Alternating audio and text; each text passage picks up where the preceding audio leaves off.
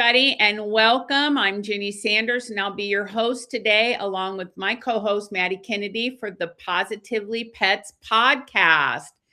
Maddie, I feel like we should have some music here that goes... Yeah.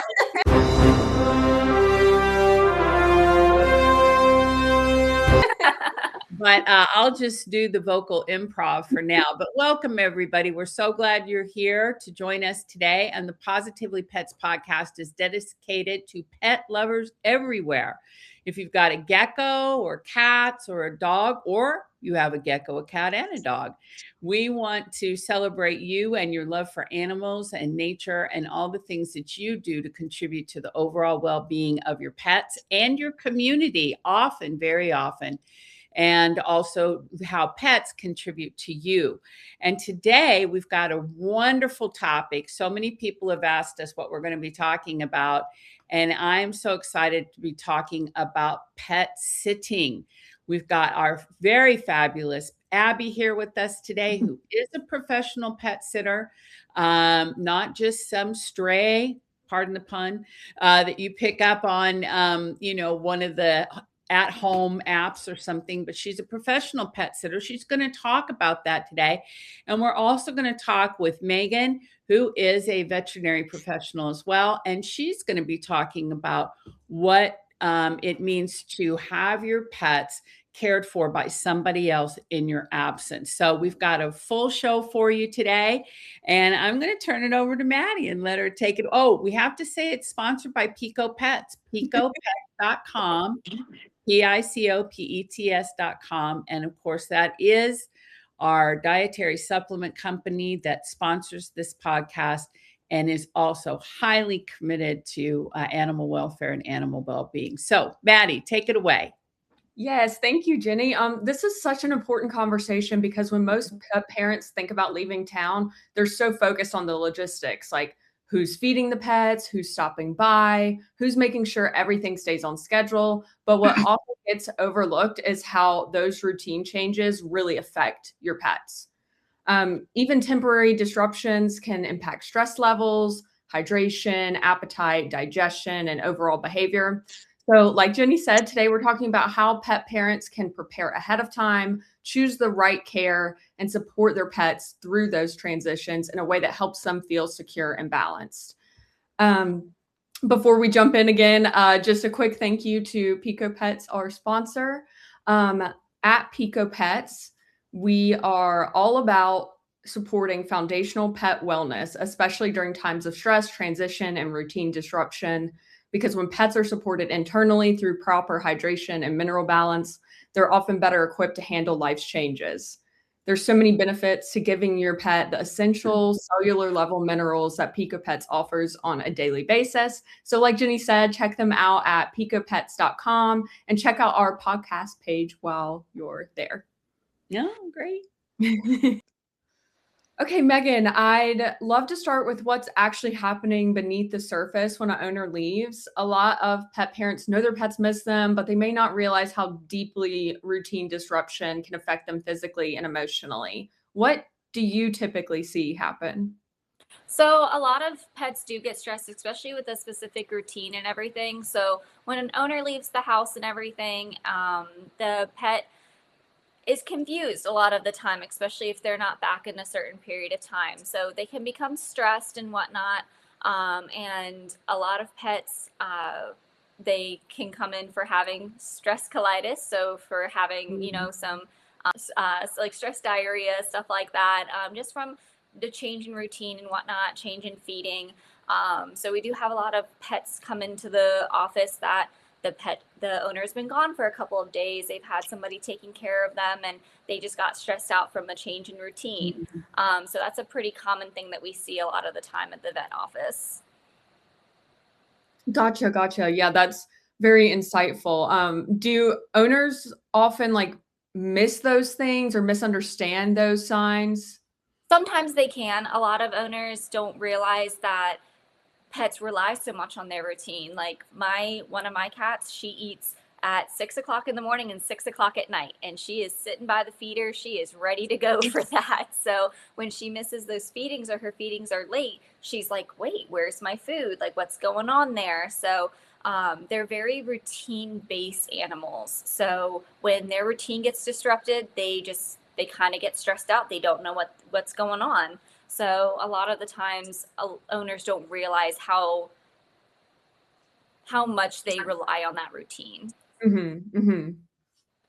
So Megan, in your case, sorry, Maddie, in your case, if you had a pet sitter come in, would they have to come at 6 a.m. and 6 p.m. to make sure your cat's needs were taken care of? So I have an automatic feeder for her, so that way she is taken care of. So she does have those automatic feedings. That's a good idea. My dogs, on the other hand, do not have an automatic feeder. So I do typically, if I do go out of town, I do have somebody come in the morning and evening to take care of them. Okay, very good. Good to know. Okay. Abby, from your perspective, what are some of the first signs that you notice when a pet is struggling to adjust? I would completely agree with. I'm skipping. I would completely. I would completely agree. I think it's usually like on one side of the pendulum or the other. They're either extremely clingy or extremely like distant and completely want to avoid you. For example, I had one cat recently. I never even met. He hid the entire time. Luckily, the owner did have a camera, so like I would leave and immediately he would come out. So we knew he was like okay. But it's definitely either, you know, they want to be up in your business, sleep with you in the bed, or the complete opposite where they're almost like mad at the owner and they kind of take it out a little bit on me. So yeah, definitely either super clingy or super anxious and like avoidant. So yeah, I think that's exactly why having the right professional person caring for your pet when you're away matters so much. Exactly. Yeah. So I'd love to get into like what professional pet sitting from your perspective actually involves. You know, I think people often underestimate how much really goes into it. 100%. Yeah, I think that's one of the biggest misconceptions. When I tell people that I'm a dog sitter or a cat sitter, they're like, oh, that must be such a fun job. And it is. It definitely has its fun parts. But there's so much more that goes into it, like medications. That's usually one of the first things I ask is, you know, are they on any medications? Yeah, like she said before, routine is such a big thing. I had one dog sit where I'd have to get there at 5 a.m. or at least sleep there and wake up at 5 because they would eat at 5 a.m. and 5 p.m. So that was definitely, you know, a big, you know, we don't want to disrupt their routine at all. So routine, you know, feeding schedules, things like that, medications, like, you know, behavior, and then communicating with the owner. So there's so much more that goes into it than just, you know, cuddling with dogs all day. For sure. Yes, definitely. How do you think it's different, like as a professional versus if someone were to, you know, ask a friend or a neighbor to help them pet sit for them? Yeah, I always say that there's a difference between, you know, loving animals and caring for animals, because everyone loves animals, at least most people. So, but there's a big difference between that and actually, you know, caring for them. Like just kind of going into what I said before, there's so much that goes into it. The average person, you know, might not notice a behavior change. The average person might not notice that the cat hasn't really, you know, drank from the fountain in, you know, like a day, or they wouldn't notice certain little like details or behavior changes that the owner would want to be updated on. Especially when you're dog walking too, there's so many little things that might be concerning that the average person might not see when you're, you know, walking dogs, especially like bathroom breaks and things like that, that the owner would definitely want to be updated on. So. And what is your policy on communicating with pet owners? Do you ask for their preference, or do you insist on information, or how do you do that? Yeah, it's a case-by-case basis for sure, because every person is different too. So just during the meet and greet, which I always say meet and greet is so important. I've seen people not do them or not like be firm with having one. And for me personally, I think they're so important because that's where you get to know the animal and that's where you get to know the owner too and see their preferences. So yeah, every owner is different. I had one that I was sending like a lot of updates and they were like, yeah, you don't need to do that. You don't need to update every hour or every 2 hours. I was like, okay, no problem. So, but then there's people that are like, oh, I want an update every 15 minutes, which just sounds crazy, but there are definitely people that are a little more on the helicoptery side, which I am definitely one of those people. So that's why I never go to town because I miss my pets too much. But yeah, there's definitely different, personalities out there that want to be updated a lot and people that just do not, once a day, they're like, okay, that's good. So definitely up to the person. Very cool. Yes. Megan, kind of another follow-up question for you, but have you ever seen situations where improper care from like someone watching a pet created avoidable health issues? Yeah, I've seen quite a few things.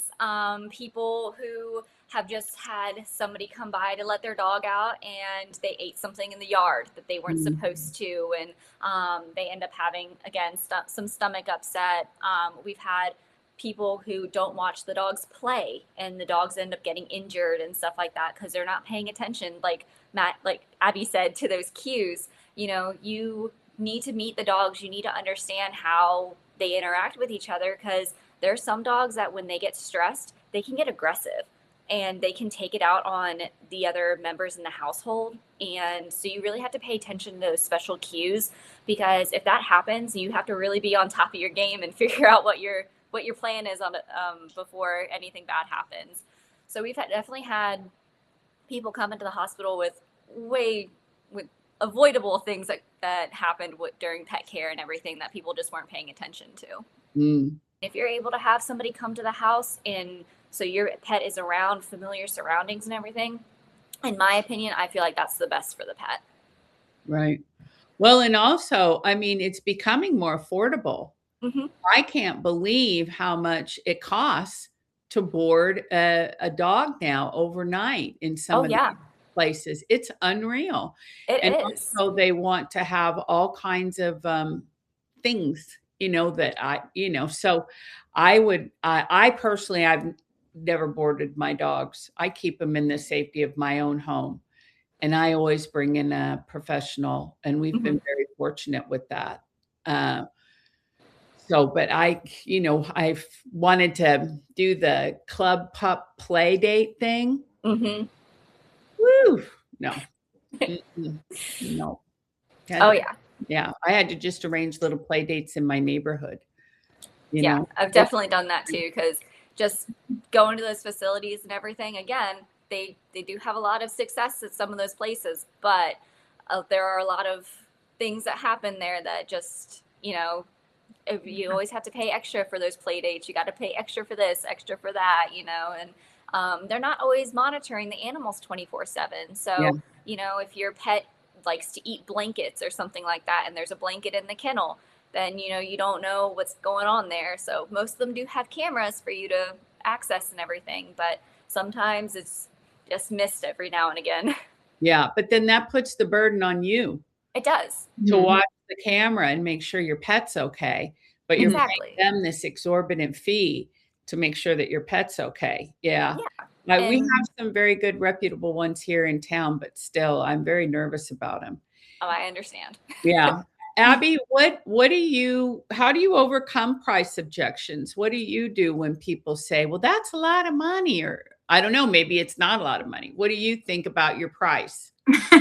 I've definitely seen there's a lot of discourse too with that, especially since I did start out on Rover. I'm not on it anymore. I'm very fortunate to have my own business and just kind of, get clients through that. But when I was on it, there's always going to be people like that.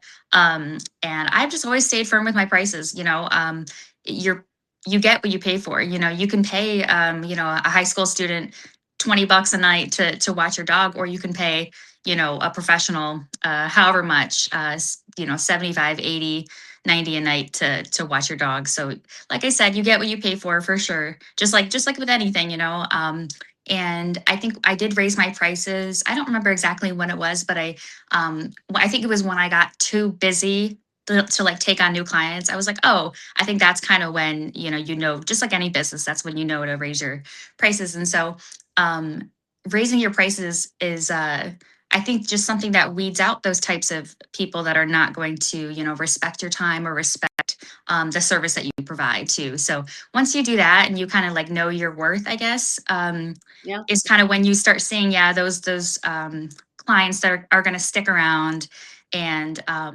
just be pleasant and very easy to work with, easy to communicate with. So that's what I always tell people too when they ask about, like raising your prices and everything. There's definitely nothing wrong with that. And like I said, if anything, you're just going to get better clients. So yeah, that's great.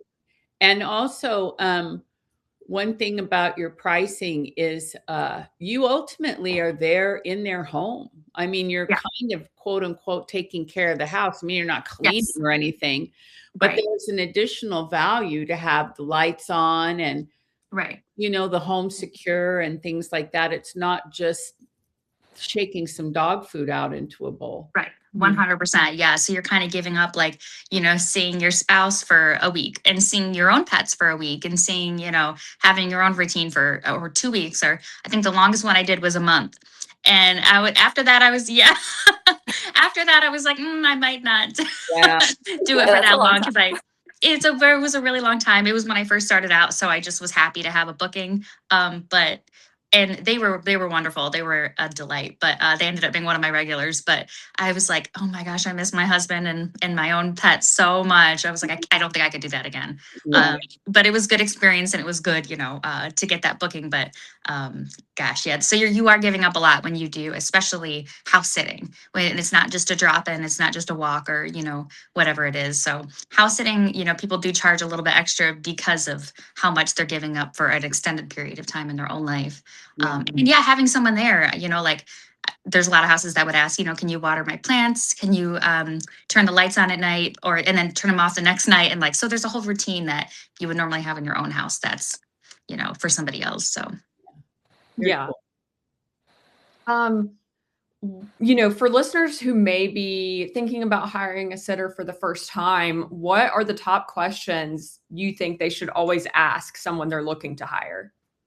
I would say number one is kind of what we talked about earlier with communication. Like, how often are you going to send updates? I've seen so many different, I've made quite a few friends that are also pet sitters too. So we'll talk and exchange stories, but I've seen so many people say that like the biggest, like they're just not going to hire a sitter again because they didn't send enough updates. But I feel like that's one of those super avoidable, problems. Like if you just communicate that up front, if you can send an update, once every 3 hours or once every 2 hours, then that's, going to make all the difference. And that person might not know to do that. So they might think once every 5 hours is good enough. So I think just how often you're going to communicate, and how long they've been pet sitting experience, I think is a super big factor. And pricing, availability, and if they have their own pets too. Like that's usually the first thing I get asked is, do I have, my own pets? How long have I had pets? Experience, things like that. So yeah, they want to know if you have an affinity for animals. Yeah. 100%. Yeah. So I think my background, working in a shelter, and I've never not had a pet. I've had pets since I was, 5 years old. So the first thing I did when I, got married, we moved into our house and I got a cat, and then I got another one, and now I have 3. So yeah, that's great. Definitely. What do you think some red flags are that pet parents should, keep an eye out on? I think the biggest thing, like when you're having your meet and greet, I think the biggest red flag would be that they don't seem curious about your pet at all. They don't ask questions. That's not that's the first thing I do is, what's their routine? Do they have any quirks? What's their feeding schedule? Are they allergic to anything? Like, do they take medication? So I think that's what I've heard a lot of is they're just like, oh, okay, cool. And then they leave, and they're just happy to have a job. Like they don't actually care about the pet, or they're not, curious about like the little details. So I'd say that's the biggest red flag and the most common one I've seen. Megan, what medical information, should owners always share with a sitter? They should definitely go over medication. That's a really important one. A lot of pets, if they're on medication like thyroid medication or if they're diabetic, that's a huge thing. That's definitely a very time specific disease where you need to give those medications at a specific time each time. And then definitely if they do have any quirks, like she said, sometimes pets with cats, they get stressed out, and some male cats can actually get so stressed out that they are unable to urinate. And that's a big problem. So if it's happened before with the cat, it's likely to happen again. So that's something that a pet sitter should really be keen on if that is something going on with your pet. But I would definitely say medications, seizure medications, those are really important too. Forgot that one. But those are very time-specific medications as well. So just making sure that if your pet does have a history of a medical disease or something, make sure you're just upfront with it. Don't try to hide it and be like, oh, I didn't know, or something like that. Like, just be upfront and honest. If the pet sitter doesn't feel comfortable with it, then they don't feel comfortable with it. But it's better to be upfront and honest about your pet and everything. Very good. Very good. That kind of makes me think about like what owners can do in the days leading up to travel to, preemptively help reduce some stress or unease. I know my dog specifically, when she sees me packing a suitcase, she's like, what are you doing? Like, I don't like this. I know you're going somewhere, So in your opinion, like what can you do beforehand to help ease that kind of tension? Making sure that they have a comfortable space in the home if they are crate trained, making sure that their crate is clean and everything, trying to try to get them a nice comfortable spot in the house. Some pets unfortunately do need medication for the stress of their owner being gone. So making sure that you're aware of that, making sure you have enough medication on hand. Making sure you have enough food and everything available for the pet sitter. Make sure they're not running out halfway through the visit and you're just like, hey, can you go pick up a bag of food for me? Kind of a thing. And then honestly, with the Pico Pets magnesium, that's a great supplement to have your pet on. It helps reduce that anxiety. It helps with all of that. So I would definitely recommend, especially a couple of days beforehand. Long term is better, but a couple of days beforehand, starting that remag and everything, getting it in their system, getting them nice and relaxed and everything definitely does help with the situation, with the pet sitting situation and everything. Yeah, excellent. Yes, that's a great point. All the time I'm like, okay, let me make sure my dog has her remag. Right? Jenny, do you have any additional questions? Well, I just wanted to ask Abby real quick, we're always, people love pets, and I think that's something that you expressed, and then they want to figure out how they can change their career and get involved with pets somehow. So can you tell us we're wrapping up our podcast, but can you tell us just a little bit about how did you become a pet sitter? That's a great question because I do get asked that a lot. I see a lot of people want to become a pet sitter, but I think they're either too nervous or they think they can't make a career out of it. But you definitely can, and I am proof of that. I will just give you a quick little backstory. I was in retail for 12 years. I worked at Costco, and I just burned out for a very long time, for many years. Working in retail is not easy, mentally or physically. So I turned 30 years old and I was like, what do I want to do with my life? And the only thing I ever loved was animals. And so it just kind of dawned on me. I was like, why don't I see if there's anything in this? Can I make a career out of this? And I looked into it. I went down my little rabbit hole, and you definitely can. I think I got lucky with my area. I'm right like smack dab in the middle of a lot of bigger cities. And my experience in shelters and having animals on my life, I think resonated with a lot of people. So it didn't take long before I got, a few bookings under my belt. And I got my LLC and I started my business, and it's just been going well since. So. Well, that's fantastic. Well, here is your sign on for your Instagram and your TikTok. And people Yes. don't hesitate to reach out to Abby, network with her, and learn even more for her beyond the podcast. Maddie, do we have anything else we're talking about today? I think that covers it. I think, today has been such a helpful conversation. And, one of the biggest takeaways for me is that pets feel routine disruption deeply, often more than we realize. But the good news is that thoughtful preparation and, picking the right sitter for your pet can make all the difference. Yeah, 100%. 100%. Well, again, we want to thank Pico Pets for sponsoring this podcast. We are going to be back next week with another fascinating episode. Speaking of shelters, we're going to talk to a gal who actually runs one here in this community. She's going to tell us all about her challenges and why you should adopt, not shop.